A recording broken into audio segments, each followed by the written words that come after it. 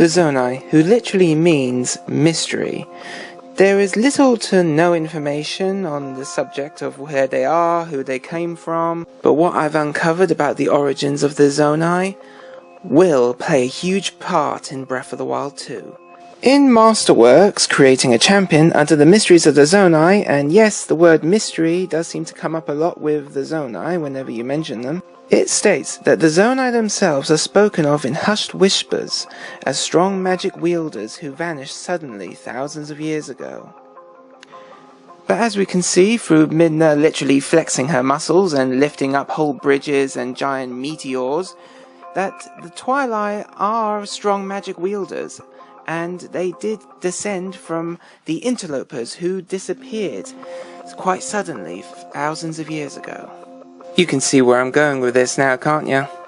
Yep, I'm going to show you how the Zonai evolved from the Twilight.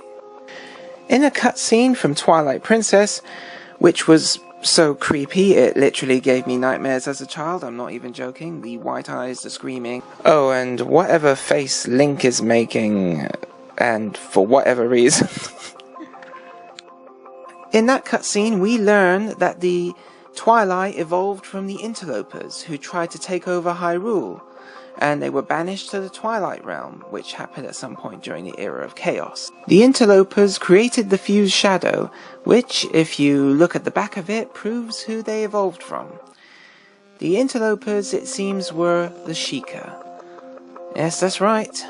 On the back of the fused shadow, there is an eye symbol, which is exactly the same as the Sheikah eyes found pretty much all over Breath of the Wild and any other game that they're in. However, the Twilight are not just descended from the Sheikah, they are also descended from the Gerudo. If you look at Zant, he has a distinct Gerudo symbol on what I can only describe as a massive bib. And seeing that he acts like a massive child, I guess it suits his costume just fine. You big baby. While keeping to the theme of symbols, the Zonai's main symbol is a swirl-type pattern and dragon-like designs. It is said in Masterworks that the swirl-type pattern is a clear logo for the Zonai. Now if you go to the Palace of Twilight in Twilight Princess, you will see a hell of a lot of swirl-type patterns. You'll see dragon snake-like designs all along their architecture. If you compare Zonai architecture with Twilight architecture, you see the similarities are almost immediate. The swirl-type patterns are practically the same, and both of them contain dragon-like symbols. However, all this evidence suggests that the Twilight evolved from the Sheikah and the Gerudo. The fact that the Zonai are related to the Twilight, and thereby extension the Sheikah, does explain why they are so technologically advanced. As we know, the Sheikah and the Twilight both have advanced technologies, and if we look at the ruins of the Zonai, whether they be huge colossal labyrinths, or giant ruins shrouded in darkness, or thunderstorms, we can tell that the Zonai were definitely very advanced themselves. Which brings me to my favourite Zonai ruins, the Typhlo ruins. The one set of ruins where you can be looking for that shrine literally all day and never find it, because for some strange reason, the Zonai decided to cover the entire ruins in a thick black darkness where you can't see 3 inches in front of your face. So the first thing I thought of, it's a bit of an odd design choice by the Zonai. Do they want to just bump into everything and fall over? Unless they are descended from the Twilight. The Twilight themselves are allergic to light. Midna herself nearly died from being exposed to too much light, when most people would just get a huge suntan. If the Zonai did evolve from the Twilight, it would make sense that they would have the same weaknesses. So, if the Zonai are weak to sunlight, it actually does make sense that they would cover the places that they live in a huge shroud of darkness to protect them from the light. Now, there has been some controversy about whether this Ganondorf from the Breath of the Wild 2 trailer is the same Ganondorf from Twilight Princess.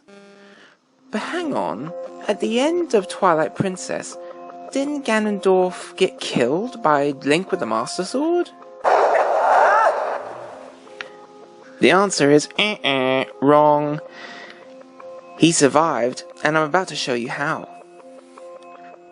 Firstly, it looks like he has just been killed.